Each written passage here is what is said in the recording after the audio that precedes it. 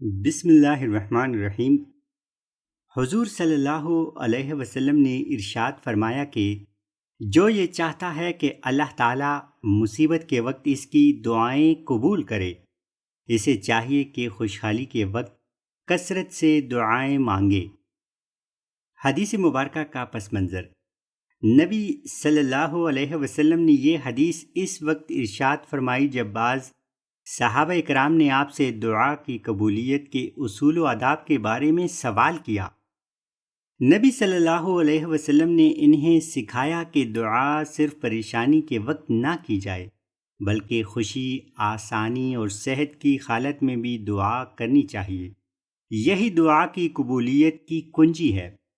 جیسے ایک دوست جو ہمیشہ آپ کے ساتھ ہو، وہ مشکل وقت میں آپ کا ساتھ نہیں چھوڑتے، ویسے ہی جو بندہ ہر حال میں اللہ کے قریب ہو، اللہ بھی اس کا ساتھ نہیں چھوڑتا۔